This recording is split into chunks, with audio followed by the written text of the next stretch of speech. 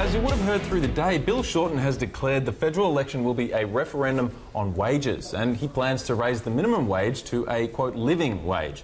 The opposition leader argues the current amount fails to cover modern living expenses like mobile phone, paying for water, internet and energy costs.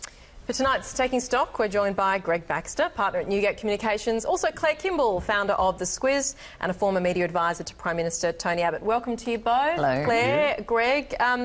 Greg, this living wage has previously been proposed as 60% of the median wage, right? I think businesses kind of run scared at the idea today, especially small business, rightly so? No.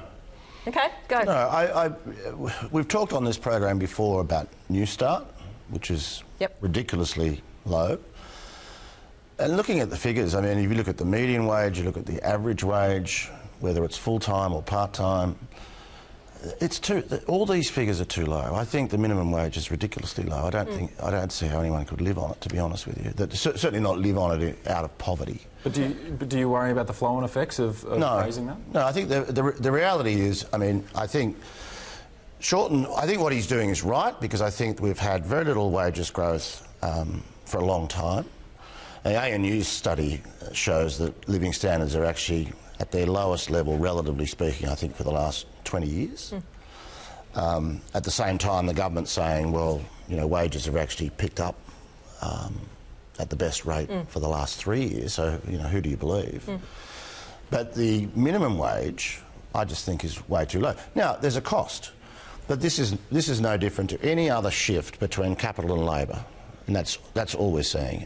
A redistribution, I think, is what's being proposed. Someone's got to pay the bill, and small businesses saying, well, for example, Cosboa today saying, you know, someone's got to be able to afford to pay that. And Claire, if you had a couple of employees and they're on the minimum wage, and you know, then they say, actually, you got to raise, because when they look at the numbers, it's quite a big jump, which, as you said, you know, it's probably needed. But you either got to be able to pay that money and just absorb it, or you've got to pass it on.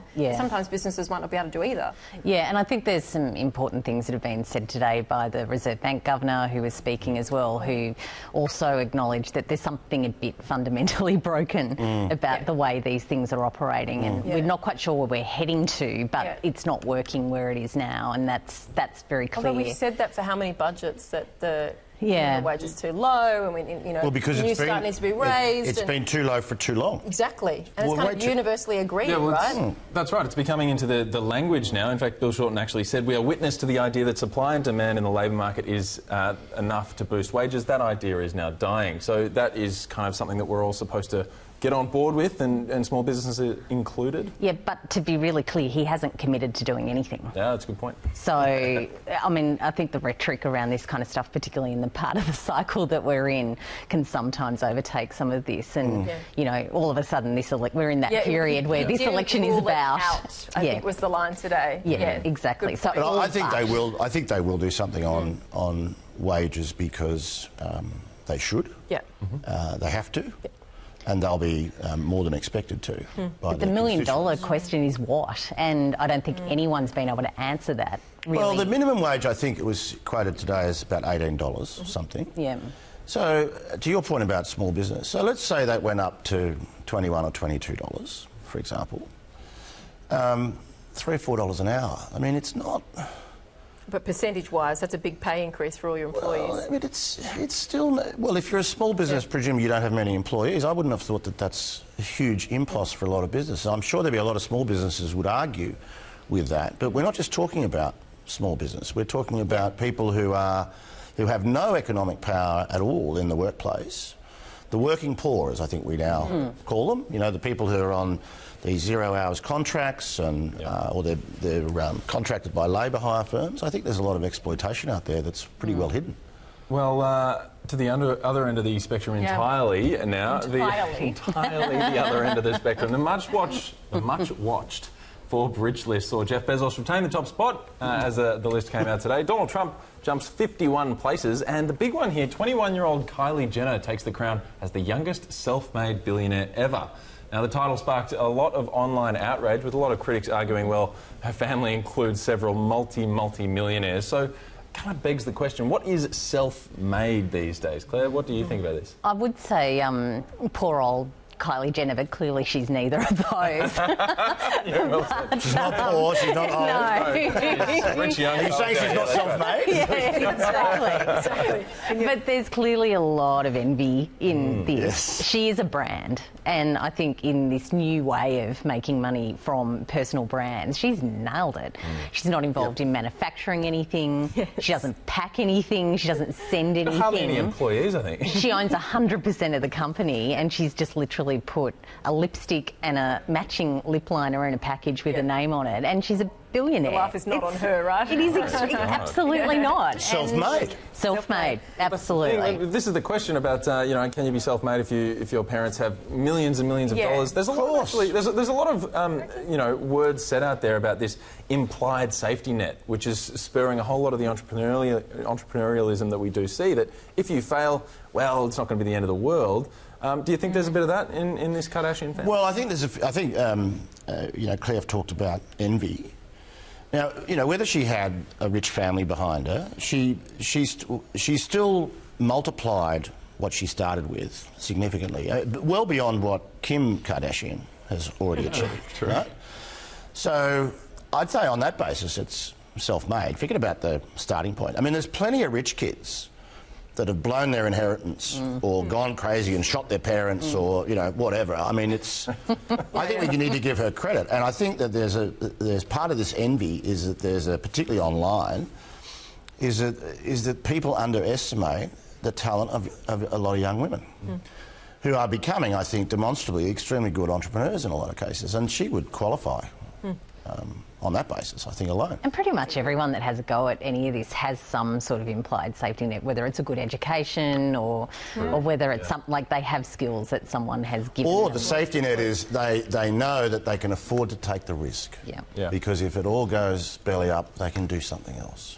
Yes, exactly. Yeah, I suppose that's the thing. Which is true of her too. Yeah, credit where it's due, I think, is a pretty good point here. Yeah. $900 million business doesn't come out of nowhere. Doesn't matter where your family is, really. To your I point, love people that are throwing up the definition of self-made, succeing in life unaided, debate, Yeah, that's right. That is the definition. Brooke, these people are online. Just ignore them. We don't know their name, we don't know where they live, we don't know what they do. That's right. That's true. They're sad, they're envious. Yeah, exactly. Explains a lot. Now, Lego has taken it upon itself to poke fun at the very straight-faced world of smartphone technology, tweeting that a Lego Fold is for endless creative play that never runs out of battery. And there lies the dig to Samsung and Huawei, I think.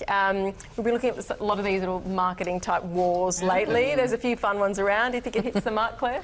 Well, kudos to... you would have had a million of these clients in the last bit of time, and I certainly did at Woolworths, where some exec will come with this great idea of, let's get in on this Samsung thing to promote our product. And you're like, you're a nightmare. This is just horrendous. But they've done it, so good luck to them. And, you wouldn't think the worlds of Lego and Samsung would collide too often. It's there's a strong social benefit here. Everyone under 10 should have a Lego Fold before they're allowed to have a phone at all. Okay. Imagine how much simpler our lives would be if anyone under 10 didn't have a phone. Unless you tread on the Lego, and that's not much fun. If it's folded up, with the treading. Oh, true. Okay. I reckon you could get treading. That's what I thought. Well, it really worked on me because I didn't know that Lego Fold was a real thing. I saw the ad and I thought, oh, they're just taking the mickey here.